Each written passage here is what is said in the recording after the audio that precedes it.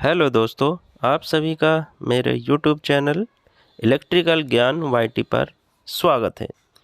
आज हम जो टॉपिक डिस्कस करने जा रहे हैं वह है DC motor. DC motor electrical engineering में एक बहुत ही इम्पोर्टेंट चैप्टर के तौर पे पढ़ाया जाता है। तो चलिए टाइम को ख़राब ना करते हुए स्टार्ट करते हैं डीसी मोटर। एक्चुअली में एक डीसी मोटर होता क्या है, इसे अगर हम एक सिंपल तरीके से डिफ़ाइन करना चाहें, इंटरव्यू में कोई पूछे कि ये डीसी मोटर से आप क्या समझते हैं, तो उसका जवाब क्या होगा ये मैं आपको यहाँ समझाऊँ। एक डीसी मोटर या हम बोल सकते हैं एक डायरेक्ट करंट मोटर विद्युत ऊर्जा को मैकेनिकल यानी यांत्रिक ऊर्जा में बदलता है। एक डीसी मोटर एक साधारण विद्युत मोटर होता है जो विद्युत और चुंबकीय क्षेत्र से टॉर्क पैदा करता है जो रोटर को घुमाता है। यहाँ हमने दो डीसी मोटर को दिखाया है, इस चित्र में दो डीसी मोटर को शो किया गया है। इस चित्र में हम देखेंगे एक डीसी मोटर और उसकी आंतरिक बनावट को बहुत साधारण तरीके से दिखाया गया है। इस चित्र में हमें commutator, rotor, coils, stator, housing, bearing आदि दिखाई दे रहे हैं। इन पार्ट्स के बारे में हम आगे विस्तार से जानेंगे। अभी सिर्फ ये आपको दिखाने के लिए यहाँ शो किया गया है। चलिए आगे बढ़ते हैं। इस चित्र में भी आप देखेंगे पिछले चित्र की तरह डीसी मोटर के जो आंतरिक हिस्से हैं, पार्ट्स हैं, उनको दिखाया गया है। इसमें भी वही सब चीज़ें हैं जो हमने पीछे डिस्कस किया, rotor, stator, winding, permanent magnet, bearing, motor case. इसके बारे में विस्तार से आगे जानेंगे। अब ये जो अगला चित्र आप देख रहे हैं, इसमें भी एक इलेक्ट्रिक मोटर को दिखाया गया है जिसमें stator, rotor, permanent magnet, brush और डीसी कनेक्टर को शो किया गया है। चलिए अब आगे बढ़ते हैं। इस चित्र में हम देखेंगे कि एक डीसी मीटर का क्रॉस सेक्शन दिखाया गया है जिससे कि मोटर को आसानी से समझा जा सके। इसमें हम देख रहे हैं कि फील्ड वाइंडिंग है, पोल शू है, योक और फ्रेम है, कम्यूटेटर है, ये आपका इंटरपोल है जो दो पोल के बीच का हिस्सा रहता है उसे इंटरपोल बोलते हैं, आर्मेचर, कंडक्टर और शाफ्ट हैं। यहाँ ये हम अच्छे से समझ गए होंगे कि एक डीसी मोटर्स के क्या क्या पार्ट्स होते हैं, इंटरनली पार्ट्स। अब इन पार्ट्स को हम डिस्कस करते हैं विस्तार से। चलिए सबसे पहले जो इनके मेन पार्ट्स हैं उसे हम डिस्कस करेंगे। सबसे पहले आर्मेचर और रोटर। जैसे कि नाम से ही प्रतीत हो रहा है, रोटर एक डीसी मोटर का रोटेटिंग पार्ट होता है, यानी यह घूमता है। अब चलिए इसके बारे में थोड़ा सा विस्तार से जान लेते हैं और बहुत ही सरल भाषा में। डीसी मोटर की आर्मेचर एक मैग्नेटिक लैमिनेशंस की सिलेंडर होती है जो एक दूसरे से इंसुलेटेड होती है। आर्मेचर मोटर का घूमने वाला हिस्सा होता है। आर्मेचर फील्ड कॉइल से एयर गैप के द्वारा अलग होती है, यानी इनके बीच में एयर गैप रहती है जिससे ये एक दूसरे से अलग होती हैं। अब इसका दूसरा मेन पार्ट है फील्ड कॉइल या स्टेटर। जैसे यहाँ भी नाम से प्रतीत हो रहा है, स्टेटर यानी यह नॉन मूवेबल पार्ट्स हैं एक मोटर का। स्टेटर के ऊपर वाइंडिंग लिपटी होती है जिसके कारण चुंबकीय क्षेत्र उत्पन्न होता है। ये चुंबकीय क्षेत्र जब इस वाइंडिंग में करंट फ्लो होती है, मैग्नेटिक फील्ड जनरेट हो जाता है। इसका तीसरा मेन पार्ट कम्यूटेटर है। डीसी मोटर में कम्यूटेटर एक सिलेंडर की आकार की होती है जो कॉपर की बनी होती है और एक दूसरे से ये माइका के द्वारा इंसुलेटेड होती है। कम्यूटेटर का प्राथमिक कार्य आर्मेचर वाइंडिंग को विद्युत धारा की सप्लाई करना होता है, यानी इसी कम्यूटेटर के थ्रू इलेक्ट्रिक करंट हमारा आर्मेचर में फ्लो किया जाता है। अब एक और इसका महत्वपूर्ण पार्ट्स है ब्रश। डीसी मोटर के ब्रश ग्रेफाइट और कार्बन के बने होते हैं। ये ब्रशेस बाहरी सर्किट से इलेक्ट्रिक करंट विद्युत धारा को रोटेटिंग कम्यूटेटर से जोड़ते हैं। इस प्रकार हम कह सकते हैं कि ब्रशेज और कम्यूटेटर मिलकर इलेक्ट्रिकल सर्किट से पावर को यांत्रिक रोटेटिंग रीजन या रोटर को ट्रांसफ़र करते हैं। यानी ये ब्रशेस और जो कम्यूटेटर हैं दोनों का कॉम्बिनेशन के द्वारा जो बाहरी सर्किट से इलेक्ट्रिकल करंट है, डीसी करंट है, उसको हम अंदर इलेक्ट्रिकल सर्किट से उसे जो हमारा रोटेटिंग रीजन है या रोटर है उसको ये पावर ट्रांसफ़र की जाती है इन दोनों के द्वारा। इस चित्र में एक डीसी मोटर का कार्य करने का क्या प्रिंसिपल है, वर्किंग प्रिंसिपल, उसको बहुत ही साधारण तरीके से डिस्क्राइब किया गया है। चलिए अब इसे थोड़ा सा हम सरल भाषा में डिस्कस करते हैं। ये कैसे कार्य करता है, वर्किंग प्रिंसिपल क्या है। जब एक विद्युत धारित चालक को चुंबकीय क्षेत्र में रखा जाता है तो वह चालक एक बल महसूस करता है, एक टॉर्क जो है वो महसूस करता है अपने ऊपर, और जिसके कारण वह घूमने का प्रयास करता है। एक टेंडेंसी आती है उस कंडक्टर के अंदर कि वो अपने आप को घुमाने, रोटेट करने का प्रयास करता है। इसी सिद्धांत पर जो हमारा डीसी मोटर है वो कार्य करते हैं। अब इस चित्र में हम डीसी मोटर का जो वर्क करने का सिद्धांत है उसे विस्तार से डिस्कस करेंगे। चित्र में एक डीसी मोटर की आंतरिक संरचना और इसके विभिन्न पार्ट्स को शो किया गया है। चलिए इसे नंबर वाइज हम एक डिस्क्राइब करते हैं।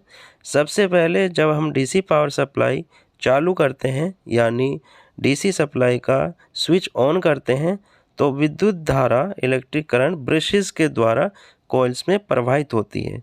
उसके बाद कॉइल्स में जब विद्युत धारा प्रवाहित होती है तो वहाँ एक मैग्नेटिक फील्ड उत्पन्न हो जाता है। विद्युत धारा के द्वारा उत्पन्न चुंबकीय क्षेत्र एवं जो हमारी परमानेंट मैग्नेट के द्वारा उत्पन्न स्थायी चुंबकीय क्षेत्र हैं वो दोनों मिलकर रोटर अर्थात रोटेटिंग कॉइल को घुमाते हैं। यही डीसी मोटर का कार्य करने का सिद्धांत है।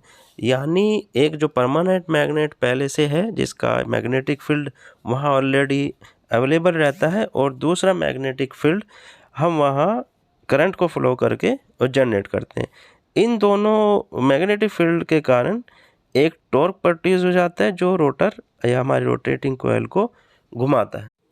उम्मीद है डीसी मोटर की जो वर्किंग प्रिंसिपल है वो सभी लोगों को अच्छे से समझ में आ गई होगी। अब हम जानेंगे कि डीसी मोटर कितने प्रकार के होते हैं।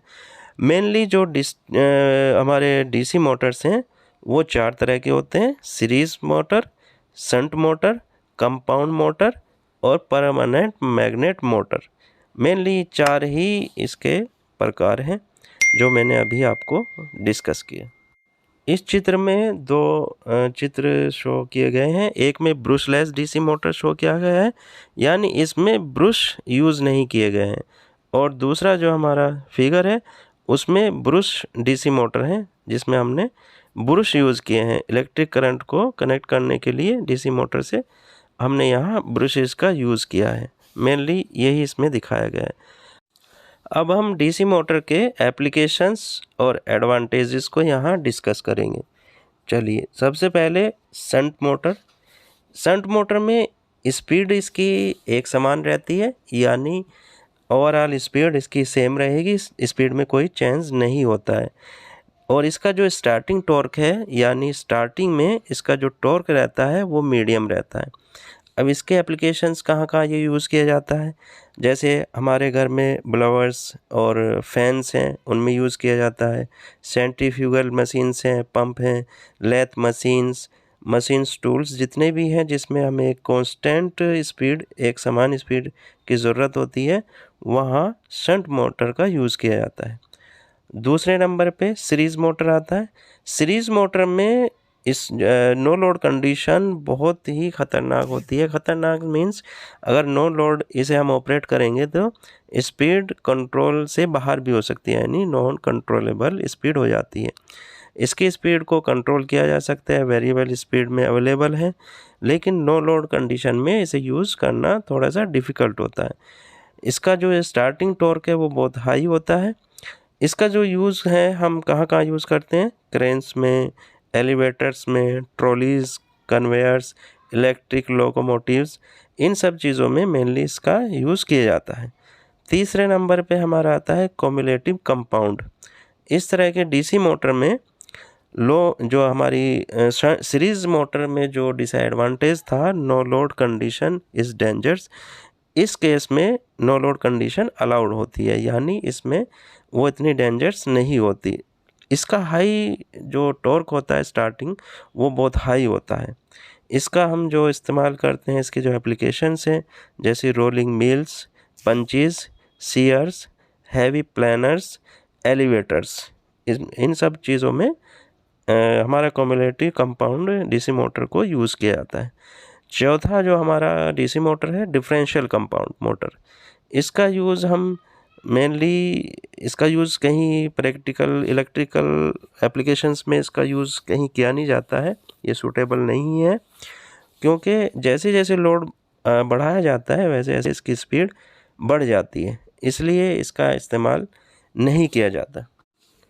इस वीडियो में सिंपली एक डीसी मोटर का वर्किंग क्या है, किस तरीके से वर्क करता है, वो शो किया गया है। इसमें SN 2 परमानेंट मैग्नेट शो किए गए हैं।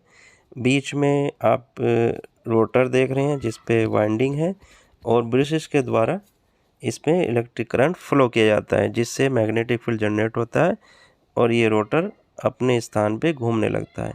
इसी तरह ये अगला चित्र है, इसमें भी यही शो किया गया है।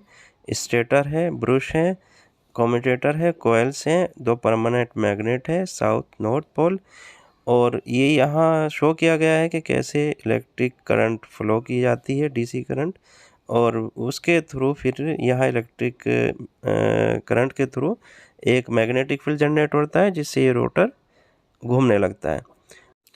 मुझे उम्मीद है कि आप सभी लोगों को डीसी मोटर की वर्किंग, डीसी मोटर्स के डिफरेंट पार्ट्स और किस सिद्धांत पर कार्य करता है, वो बहुत ही सिंपल तरीके से समझाने की कोशिश की गई है। आशा है कि आप सभी को समझ आया होगा। आप लोगों के अगर कोई प्रश्न है, कोई क्वेश्चन है, कोई किसी तरह की जिज्ञासा है, तो आप मुझे कमेंट में ज़रूर लिखें। और अगर ये मेरी वीडियो पसंद आई हो तो इसे लाइक करें, शेयर करें और मेरे चैनल को सब्सक्राइब करें।